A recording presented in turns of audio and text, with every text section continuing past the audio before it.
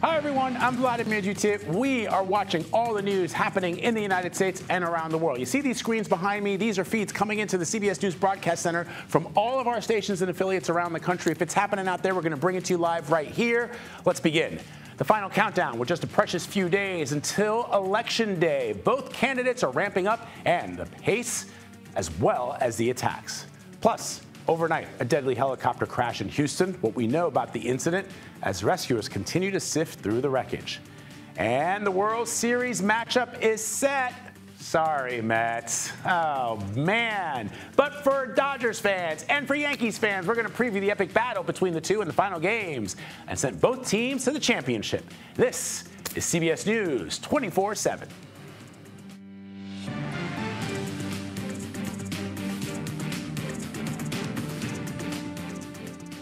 All that coming up in the next hour, but we begin this morning with the race to the White House. Both campaigns focusing on key battleground states before Election Day. Former President Donald Trump visited Pennsylvania over the weekend, where he seemed to work a shift at a local McDonald's that was closed down for his appearance. The people that came up to the drive-thru while Trump manned it were handpicked by the campaign. Trump was asked by CBS News if he would consider raising the minimum wage for workers, and he did not answer directly. Listen to this. Well, I think these people work hard. They're great. And I just saw something, a process that's beautiful. It's a beautiful thing to see. These are great franchises and produce a lot of jobs, and it's great. And great people working here, too. Yeah, it's a beautiful thing, but who cares if they're not making a higher minimum wage than they are now? Vice President Harris, meanwhile, spent the birthday weekend campaigning in Michigan and Georgia. She talked about why she thinks it's important to respond to the remarks that the disparaging remarks that Donald Trump makes about her. He's becoming increasingly unstable and unhinged, and it requires that response. I think the American people are seeing it, witnessing it in real time. And we must take note of the fact that this is an individual who wants to be president of the United States. All right, for the latest on the Harris and Trump campaigns, I want to bring in CBS News campaign reporters Nidia Cavazos and Libby Cathy. Libby, let me begin with you. So the former president made some comments that have been characterized as vulgar, including one about former pro golfer Arnold Palmer, where he discussed in quite some vivid detail for I don't know how long it was, Libby. It seemed to go on forever and ever about the private parts of the golfing great. What is the campaign saying about why the former president, rather than talking about policy, chose the time with those rally goers there to spend it talking about a man's personal baggage in the locker room? Yeah, that's right, Vlad. Spending about 16 minutes at the top of his rally on Saturday up on this tangent, alluding to Arnold Palmer's anatomy there. Now, you know the campaign likes to let the former president speak for himself. They really don't like to clean up what he's already said. I will note that Jason Miller, one of the Trump senior's advisors, came over to the press pin on Saturday in Pennsylvania, where my colleagues Olivia Rinaldi and Jake Rosen were, and said that this speech would be the start of the closing message for the former president. So if that's any indication, well, the campaign definitely wants him to stay more on message, talking about immigration, the economy. But that's what he did this weekend. And on Sunday, Republicans on Sunday shows forced to answer for this did not want to talk about it. Mike Johnson, the Speaker of the House, very uncomfortable when presented with Trump's words. But the campaign letting the former president speak for himself, and he will be here in North Carolina today, hoping he stays a little more on the message they want him to be on when he makes a stop for hurricane recovery, has a rally, and an 11th hour meeting with faith leaders. Vlad. Yeah, and I know, I get it, Libby. It's also silly for us to be talking about it because there's some really important issues at stake in this election. And I know that when the former president says something that's completely wackadoo, that the national media and all media spends time talking about it. But I do wonder if Vice President Harris had made similar comments, what that would have done. That probably would have derailed her entire campaign. So let's talk about these issues with Nidia, who's traveling with the Harris campaign. Nidia, on a more serious note, the campaign finance number shows that the vice president's campaign has raised over $221 million in September. The question, of course, is with all that cash, historic levels of cash that the vice president has raised since she jumped into the race, is it going to translate to those much needed votes that she needs, especially with those independent voters? I know that it's hard for us to imagine that there are people who will tell you, they'll tell Libby the same thing, that they're still undecided. Who can be undecided in this race? But clearly there are some. And I wonder if that money is going to help bring some of those folks over to the vice president's side. Good morning, Vlad. Well, having the advantage with cash on hand here is always going to be helpful, especially as we're 2 weeks away from Election Day, and essentially this is a very tight race. But to your point that there are still many undecided voters, that is true, and that's an aspect that the Harris campaign is working daily to court these voters, and we're seeing it today as Harris campaigns across the blue wall states, specifically targeting these independent and more moderate Republicans who may not necessarily be sold on the idea of Trump just yet. But all of this money comes into play, and it's an advantage for Harris as this comes down to ads that are going to be playing across TV and across battleground states, trying to reach these voters, get out the vote events that are making sure that it's not only about courting the undecided voters, but that the Harris campaign is also making sure that her base is strong, and that they're also turning out. So this comes down to events in Detroit, for example, or big rallies in Atlanta, as we saw over the weekend. Libby, let me ask you about Elon Musk, who is offering payments to swing state voters who sign a petition for his pro-Trump PAC. I know that he's asking and he's offering that money to people who sign this petition, but there's something about it, the notion that you would offer any kind of financial or monetary compensation for anything related to an election. I know it's not for the vote, it's to sign this petition, but it does strike me as the right to vote is one of the most cherished institutions that we have in this country. So many millions of people have died to protect it. It's not available for sale. So the question, of course, from a legal standpoint is this legal to do something like this, even if it's just to ask folks to sign a petition? Yeah, and Vlad, election experts are telling us that this is absolutely not legal, that this is illegal. So you're right to be struck by it. And what makes this illegal is that this giveaway is only eligible to registered voters. So as you said, Musk offering $1 million a day here on out till the election to voters in battleground states who sign this petition. It's a pro-Trump, pro-Constitution petition. And he says you don't even have to vote. But having that money tied to the petition, having to be registered to be eligible for the giveaway, election experts telling us this is not legal. However, election law does move slow, notoriously slow, so we'll see how this is able to keep up. The governor of Pennsylvania already saying this concerns him, and he's looking into it. We've reached out to the Department of Justice and Elon Musk's super PAC, still waiting for comment from them, Vlad. All right, Libby, Nidia, thank you both very much. Appreciate it. Okay, the National Transportation Safety Board has launched an investigation into this helicopter crash in Houston that killed 4 people. One of the victims, sadly, tragically, was a child. Investigators say the aircraft hit a radio tower, then burst into flames. CBS News transportation safety expert and analyst Robert Sumwalt joins me now. Robert is also the former chairman of the NTSB. So, Robert, what's your understanding? I know the investigation is early, but what's your understanding into what happened here? Well, good morning, Glad. Certainly, this is a tragic event, and we understand that 4 people have lost their lives. The NTSB will get right into it. But what we do know is that, obviously, we know what happened. The helicopter hit the tower. The real question will be why. Did the pilot do the pre-flight planning? Apparently, and I've confirmed this, is that there was a notice out that the obstruction lights on this tower were out. Now, I can verify by looking at the video that the top light was on, but how about the lights on the side of the tower? From the video, it does appear that they are not working.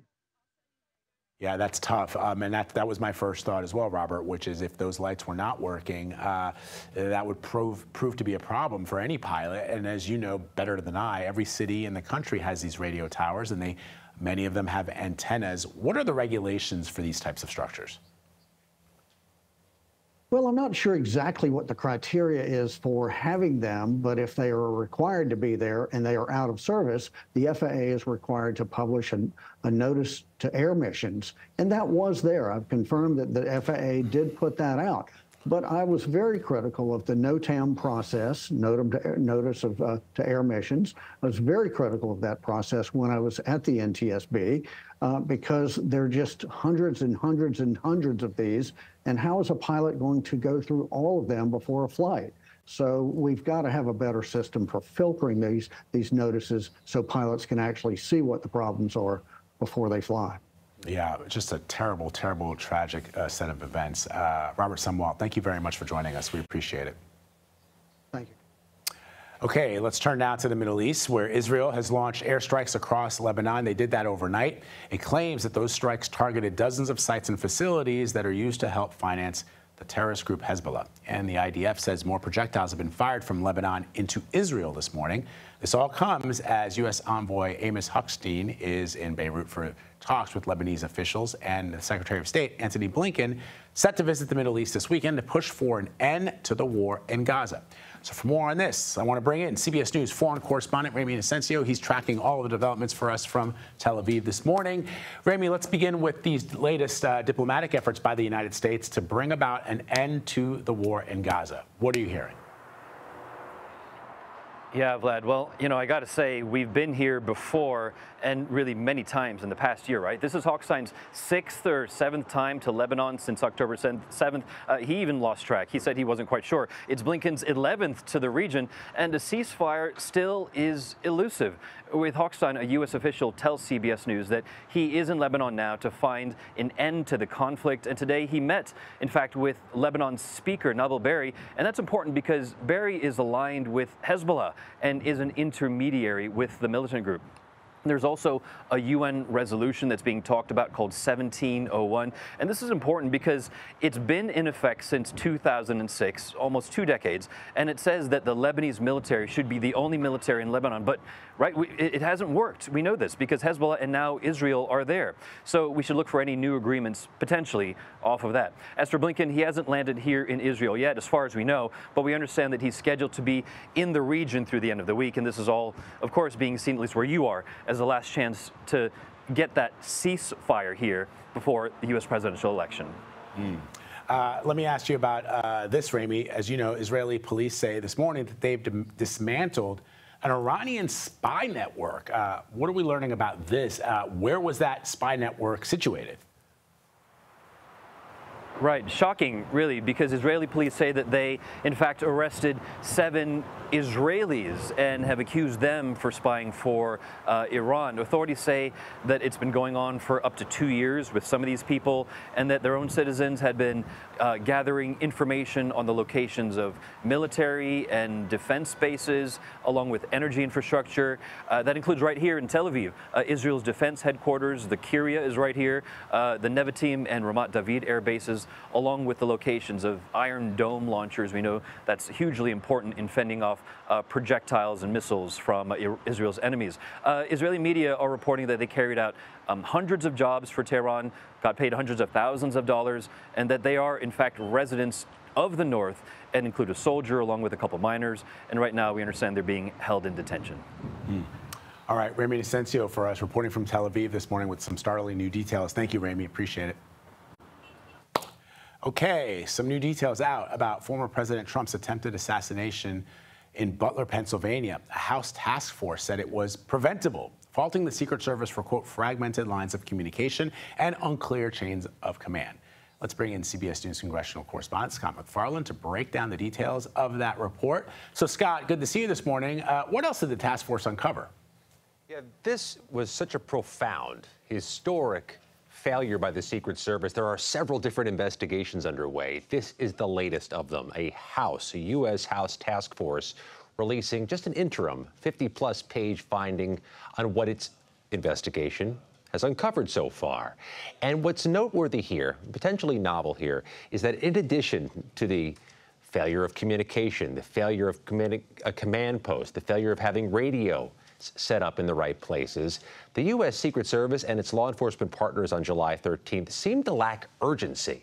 There was a failure to move things swiftly and with proper energy. They describe in this report a walkthrough before the event in which people seemed to just be milling about versus walking with purpose. There was a local police officer who spotted the gunman on the roof with the high-powered assault rifle who, according to this report, came down yelling, "There's a guy with an AR-15, an AR, a guy with an AR." That message, according to the task force, doesn't seem to have made it to former President Trump's security detail that day. So this lack of urgency is detailed in granular fashion in this new task force report. Wow. So this is, Scott, as you know, just the latest in a series of scathing reports criticizing the Secret Service. There's this Homeland Security independent panel that's called for a complete leadership overhaul. They called for that last week. What are you hearing about how this will impact agency operations moving forward? The U.S. House Task Force has something else. It has the ear of Congress, which means it has the ear of the people who will provide the money to the Secret Service to make any changes they see fit. At some point, the Secret Service is going to be asking for, or simply will be told, to increase their budget, to increase their spending. Better training, more personnel, better equipment. Congress doing its own investigation will inform what Congress says yes to and what Congress says no to. If the Secret Service is going to shake up how it handles protective services and shake up how it does its business, it'll need money to do so. This task force includes some of the same people who will vote on what money to give Secret Service. And Scott, this is a preliminary report. So when is the final report expected? And just ultimately, what kind of consequences is the agency facing? Final report, which will be much larger and have potentially more revelations, expected by the end of December, which means about 2 months. Will there be more changes in personnel at the U.S. Secret Service? That's an internal decision to a degree. The Secret Service decides who runs it, who doesn't, though, of course, there is some confirmation of the Homeland Security leaders who will be taking over in January. All that being said, Vlad, the director who was in charge of the Secret Service on July 13th is gone. There's an acting director there now who may be trying to fight for his position atop the agency. More changes are expected, it's just not clear when. All right, Scott McFarland on top of it for us this morning. Thank you, Scott. Switching gears now, let's bring in CBS News Philadelphia meteorologist Grant Gilmore with the first look at the national forecast. Grant. Hey, good morning, Vlad. Look, I mean, all summer long, we talked a lot about the big heat across portions of the desert Southwest. In fact, the nation's heartland saw a lot of heat waves, and it continues even into the second part of October now as we near Halloween, talking about more warmth across the northern tier states. Several record high temperatures potentially on the docket today. Hartford, Connecticut, looking at a high temperature of 82 degrees this afternoon. The record's 82. Flint, Michigan, climbing up to 82 degrees as well. New Hampshire, they're in Manchester, looking at temperatures near 78 degrees. The record's 77. Portland, Maine, records of 73.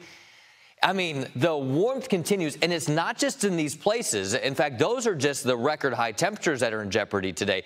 The warmth really spreading across most of the northern tier states, at least from the Midwest into the Northeast. New York City, 82 this afternoon, 77 degrees in Cincinnati. These high temperatures are running 15 to nearly 20 degrees warmer than normal. That continues for at least the next couple of days. We see a cool down for the second half of the week. A lot more to talk about, though, across the country, including the tropics. Believe it or not, we had a couple of tropical storms and a hurricane over the weekend. We'll track the tropics, Vlad, here coming up in just a bit.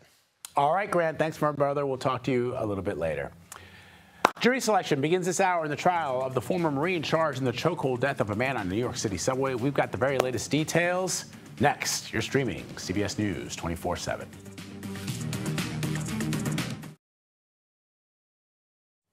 Jury selection begins today in the trial of a Marine veteran accused of a chokehold death on a New York City subway. Daniel Penny faces manslaughter charges in connection with Jordan Neely's death last year. He pleaded not guilty. Penny claims Neely was acting erratically and says he tried to restrain him in self-defense. Prosecutors say Penny used excessive force. The trial is expected to last at least a month. We're getting some new information about the victims in a deadly tragedy out of Georgia. Look at this video. Rescue crews pulled more than a dozen people from the water after a gangway on Sapolo Island collapsed. At least 7 people died. Our Christian Benavidez has more from Darien, Georgia this morning, and he joins me now to talk about this. So, Christian, we're hearing about this tragedy and what was supposed to be a weekend of celebration. Just take us through what happened from start to finish. Well, Vlad, it was supposed to be a weekend of celebration, celebrating the Gullah Geechee community who are descendants of West African slaves. You've got about a few dozen full-time residents in Sapelo Island, all descendants, and there's this cultural festival that takes place every year. And you've got about 700 people who were here just for the festival. And so you take that into consideration. 700 people on an island where you've got just a few dozen full-time residents. What officials say happened is that this gangway, which is essentially a footbridge connecting a loading dock to Sapelo Island, collapsed when it had upwards of 40 people on it. About 20 people, according to officials, were plunged into the water. 7 of them died, and you've got 3 who are still in critical condition. 20 people in all were injured. So it's such a terrible, terrible story. What are we learning about the victims so far, their ages? Because, Christian, people are looking at this video, and correct me if I'm wrong, it looks like they're not far from shore, but if you can't swim and you're in a panic, I'm trying to understand how it all went down. Well, I think you also have to keep in mind that that footbridge is probably about 20 to 30 feet from our visual perspective, and it's packed with people. And now, according to the some of the folks that we were with, they took us on a boat. They took us to the island. They said that that water is up to 15 feet deep. So you can only imagine if you've got folks on top of you. You've got 40 people, all apparently upwards of 40 people on the walkway, about some 20 people that fall, and you've got people on top of you. You can imagine how that can be distressing. And what we know about the victims is that they range in age from 70 to 90. We spoke to one man who is a lifelong resident of Sapelo Island. He rushed in to help. He said that he ended up seeing the bodies of the victims, along with aiding some of the survivors. He even attempted CPR. Let's take a listen to what he had to say. I was there immediately after it happened. I actually started trying to do CPR on some people. So I knew it wasn't enough EMS stuff over here for the baby, so I took the baby and I shot to the mainland. He told me that the baby was at the point where when he grabbed the baby, the baby was lifeless, and the baby was brought back to life, took him onto the boat, and then rushed him to the mainland. I should note that the only way to get to Sapelo Island is by boat, and they don't have a full-time fire department there that is in charge of doing rescue services. All the rescue services are on land because, again, you've got just a few dozen people that live on that island. So while there are some services for a major incident like that to take place, it was difficult enough for first responders to get there. So you can only imagine to get some of those victims, some survivors, to shore, quite a difficult task. Yeah, and I know from your report on CBS Mornings, Christian, that local residents had urged officials to take a look at these bridges because they didn't think that they were worthy of the amount of foot traffic that was on them. Christian Benavidez reporting for us this morning. Thank you, Christian. All right, coming up, CBS News investigates the conservative movement accused of stoking the baseless idea of non-citizens voting in federal elections. You're streaming CBS News 24/7.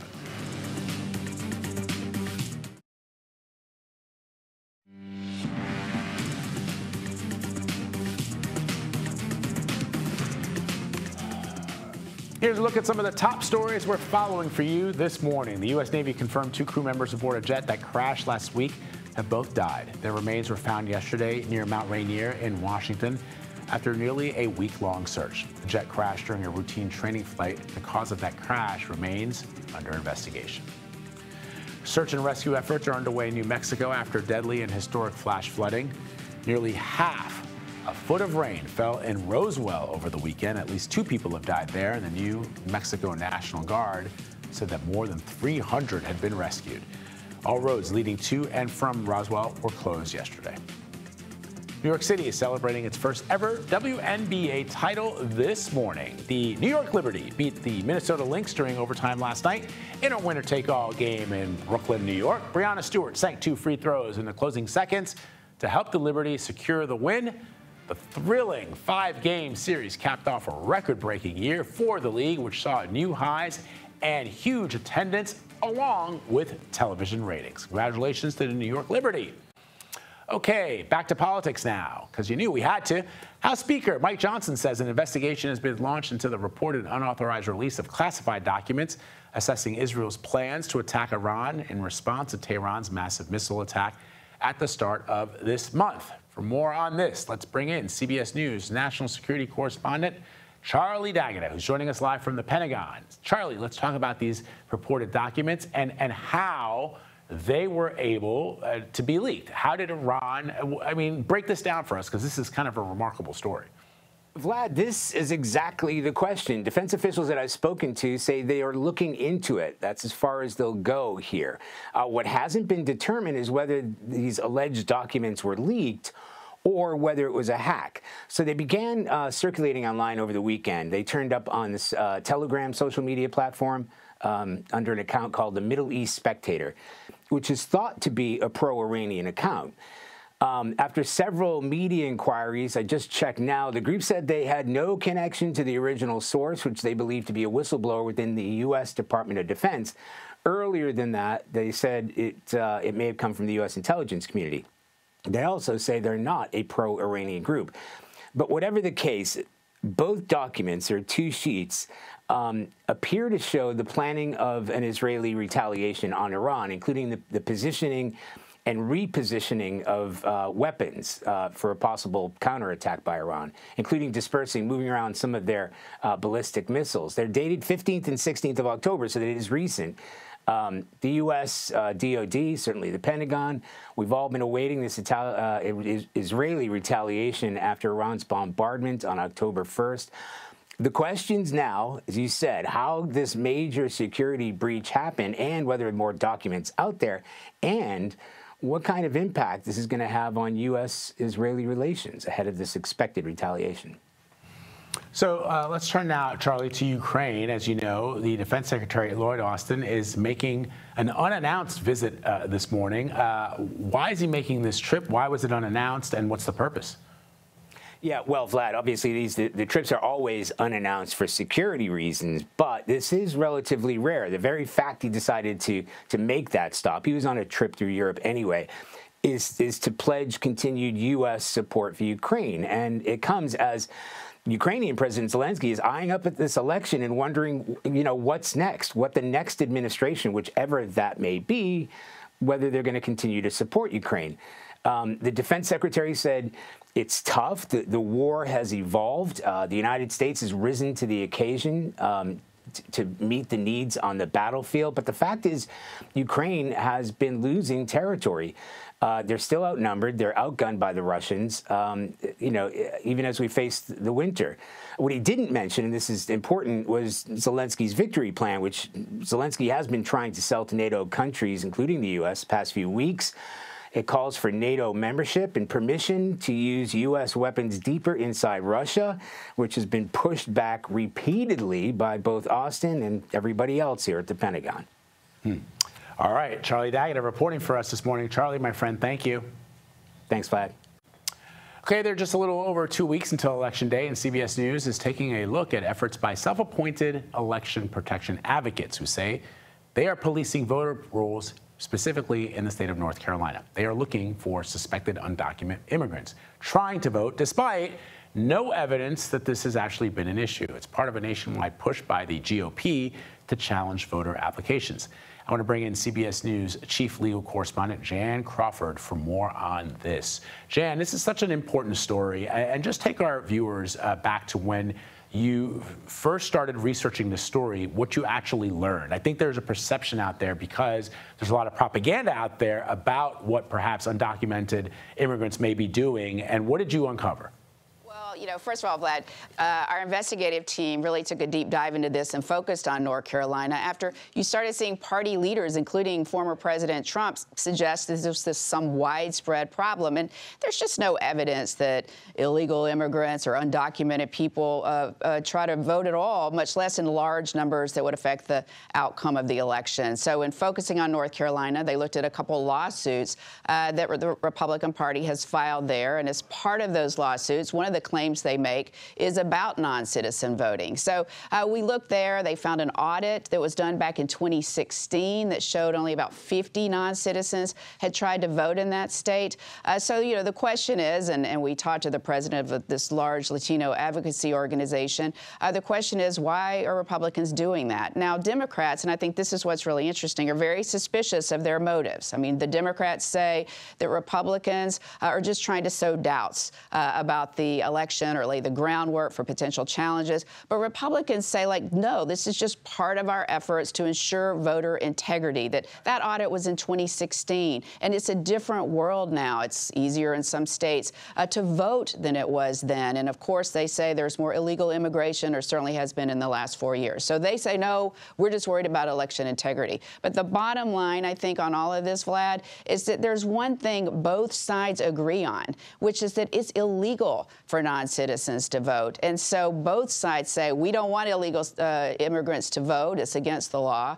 The question is, and again, much suspicion on both sides about why they're doing what they are. Yeah, and also, Jan, though, so we know that both Democrats and Republicans do not want illegal or undocumented immigrants to vote in elections, but only the Republicans are suggesting that Democrats actually do want illegal immigrants to vote in elections. And I wonder, in a world where words matter, where the words of the former president of the United States compelled thousands of people to attack the Capitol on that horrible day on January 6th, you sort of answered it, why the Grand Old Party is still pushing these election lies, because I wonder what they will do when people get themselves out on a legal limb, who are self-described election police, policing people.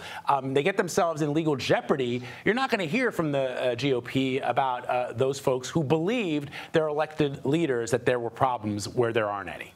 Vlad, that is such an interesting point, and I think you really get to a point now with this race in a dead heat, right? Like, the latest polling in the battleground states show it's evenly divided. Either candidate could win at this point. And so what are both sides going to do after that election? And this team of lawyers that the Democrats have and the Republicans have to ready to file challenges after the election. If Harris wins, obviously you're going to see challenges by the Trump attorneys. If Trump wins, you can surely bet Democrats already have their strategy. So, yes, the election is just 2 weeks away. But regardless of who wins, I think the one thing we can be sure is that there are going to be a lot of litigation about it, and the courts are eventually going to have to jump in. That's right. Jan Crawford, I encourage everybody to check out Jan's full report. It's on CBSNews.com or through CBS News 24/7 because I just think it gives a lot of context of what we're talking about. Jan, thank you so much for joining us. Appreciate it. Sure. All right, as Jan just said, there's only a couple of days left to sway undecided voters. Both presidential candidates are tackling the issue of immigration, and as we've just been describing, they are very different for our southern border when it comes to tackling that problem. We're going to take you there live. You're streaming CBS News 24/7.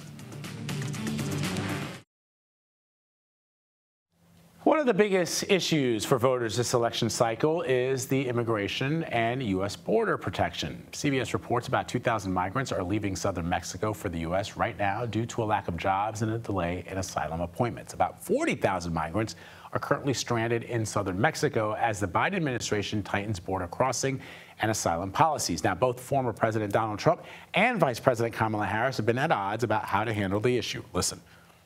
They have planes flying back and forth, loaded up with migrants, only going one way, by the way, to flood Pennsylvania, Ohio, Michigan, and Wisconsin. Our focus has been on fixing a problem. And from day one, then, we have done a number of things, including to address our asylum system. And Donald Trump, but let me just finish. Six Democrats voted against that bill. Learned about that bill and told them to kill it. CBS News correspondent Omar Villafranca is touring small towns across the border to talk all things immigration. Omar, good to see you, my friend. You're going to drive nearly 1,700 miles from Texas to California in just 1 week. What are you hoping to learn? Walk us through what you've learned so far. Well, we're hoping to see border communities up close and hear from them, from people and the elected leaders there. Because while people in D.C. and the campaign trail just can say one thing people on the border are telling me is they feel like their voice is not being heard. So we're going to go listen to them and see what they have to say. We already talked to the mayor of Laredo, Texas, several hundred miles away from where I'm at right now in West Texas. And he told us their big concern when it comes to immigration and border security is to make sure that the money keeps going through. All of the business that comes through. $320 billion worth of goods are passing to and from just in Laredo alone. That's a big concern. Now, Vlad, when I say that this border is big, this is kind of a big part of the area. It is vast. There is a lot of scrub brush out here. It's not the same as it is in New Mexico or in Arizona or in California. This part of West Texas is pretty bare, but we can continue this conversation. We're going to get back on the road, and I kind of want to show you what we're seeing out here on the road. Let me punch up my camera over here. See, you can hopefully see me here. All right, you may be able to see me getting in our car here, and hopefully you can hear me, Vlad. But what we've seen so far is this has a lot of CBP. I'm actually looking to my left. There's a Customs and Border Patrol vehicle. This area is covered with that, and also state DPS. Texas has something that's called Operation Lone Star, which basically has state troopers also being a second line of defense. But people here, they want to hear about immigration reform, no matter what party, and there are Republicans and Democrats down here that are going back and forth on this locally, but they want to see Congress do the work and have some sort of immigration reform, because one thing they agree on is a lot of people coming over is just too much and it overwhelms the communities. You know, one thing I'm struck by, Omar, is the fact that when politicians make pronouncements about towns, about communities, oftentimes when you're there yourself, in other words, you're talking to those individual residents, they tell you a very different story. We saw that in Springfield, Ohio, when the former president made some terrible false and disparaging remarks about an immigrant group in that community. The Republican mayor of the town had to refute those allegations. So I'm curious to hear from you and from the folks that you talk to how they feel about that, how they feel about people who are in Washington, D.C., who are in often cases making up stories about what people are actually living on a day-to-day basis in those border communities. One thing that they told me to a T, no matter who we were talking to, is that it is safe here. As a matter of fact, a lot of people are saying it's got no more crime than any other major city. Matter of fact, they say it's probably got less crime than major cities. And they say that is a huge misconception. It's safe. They say it's a great place to raise a family. There's a lot of culture. And mind you, I have been all across the U.S.-Mexico border. Texas alone, U.S.-Mexico border, roughly 1,900 miles. Texas has about 1,200 of those miles. And we're going to take you to some of those. But there's a lot of misconceptions. I'm glad you brought that up, because they're saying it's not an overrun Wild West town where, you know, people are shooting guns in the middle of the street like it's the Wild West. They say it's not. It's safe. It's orderly. When there are surges, there are concerns because it eats local resources, not because it is a lawlessness and people have to lock their doors and worry. So that's a central theme we're hearing regardless of political party.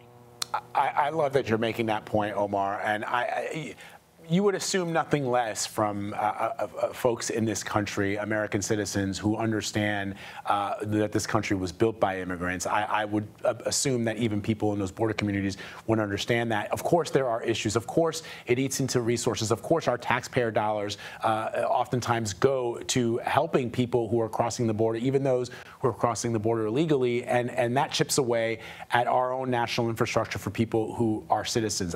Everybody gets that. But I think the point that you're making, which is that, and that's what many people assume. They assume that it's a Wild West aspect where there are illegal and undocumented immigrants all over the place hurting people. That is something that has not been proven to be true. I love that you're going to be reporting in that fashion, and I'm looking forward to seeing your reporting throughout the course of the next couple of days. Thank you, Omar. All right, two of baseball's most iconic teams are set to play each other in the World Series. Folks, it is the LA Dodgers versus the New York Yankees. The excitement is already building for fans. Details coming up. You're streaming CBS News 24/7.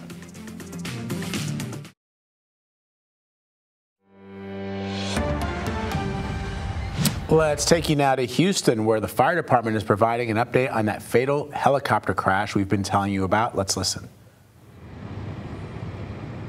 Good morning. I'm Lieutenant Jonathan French, F-R-E-N-C-H, Lieutenant with our Vehicular Crimes Division here at the Houston Police Department. You're aware of the tragedy that we had happen last night and overnight. Members of the Houston Police Department, multiple members from here in the South Central District, which is this area of responsibility, as well as citywide, which included our rapid mobilization police. Those are officers from citywide that can respond to major scenes. Our department, along with the Department of Public Safety, the DPS, helped maintain scene integrity and secure the perimeter of this scene. Right now, the lead agency is going to be our National Transportation Safety Board, coupled with the Federal Aviation Administration. They'll be addressing some of the questions you may have a little later this morning. But right now, I want to start off by first thanking our Houston Fire Department for their quick response. They were here almost immediately, as the mayor discussed last night. And as the mayor's mentioned before, we're working cooperatively, the Department of Public Safety, along with the NTSB and FAA and the Houston Police Department. So again, I want to thank HFD. I want to thank our partners at the Department of Public Safety, as well as our medical examiner's office. They've all been working tirelessly throughout the whole night on this. What I would say to our citizens, first off, thank you for those that have called in. Obviously we're in daylight now, so people that live in this area are going to discover more debris. And what I would ask is, if you see an officer, you found debris, please let a Houston police officer or a Department of Public Safety officer or any other law enforcement official you may find out here know about that. If not, you're welcome to call the Houston Police Department. Those officers will coordinate with the proper authorities for removal of any debris. Our Vehicular Crimes Division, right now, they're looking at approximately, and I'm going to say approximate because that could either expand or that could lessen during their investigation, but approximately 4 acres of coverage. And what our Vehicular Crimes Division reconstruction crew will do is conduct a 3-dimensional scan of that area. That'll include photographs, which will take approximately 4 to 5 hours. It may take longer. Once that's done, within 2 to 3 days, the Houston Police Department will provide that evidence to the NTSB and the FAA for them to conduct their investigation, because again, they're going to be the leads in this investigation. Do you have any questions at this time? So there have been reports of debris. Correct. How many? We're getting multiple reports of debris, and I would imagine there's probably going to be more that come in this morning. And again, what I said is, we have officers that are going to be out here all day. We've got them all around the perimeter from South Central Division, this area of responsibility, but also citywide. And we'll continue to have officers here throughout the day, probably into the evening time, basically as long as this investigation takes. And so what I would ask, if any citizens find debris, please notify an officer. You're probably going to have one that within view that you could flag down. If not, please call HPD. You can call 911 or call our main dispatch phone number, and we'll make those arrangements. Can you stress the importance? I'm sorry, hold on. Do you know what this debris was, though? Do you know if it was radio tower, if it was helicopter? Right now, I don't want to speculate. There's multiple things that are being found in the debris right now. This is a large, expanded scene. And out of respect for our families, I don't want to get into too many details on that. Can you stress the importance? All right, folks, you've been listening to Houston officials giving an update on that deadly helicopter crash. Essentially, what we've been telling you and what they are telling you is that the National Transportation Safety Board is taking the lead in investigating this deadly helicopter crash where 4 people lost their lives, including a child. We do know that there was a radio tower that had one light that was faulty and not working on that particular evening.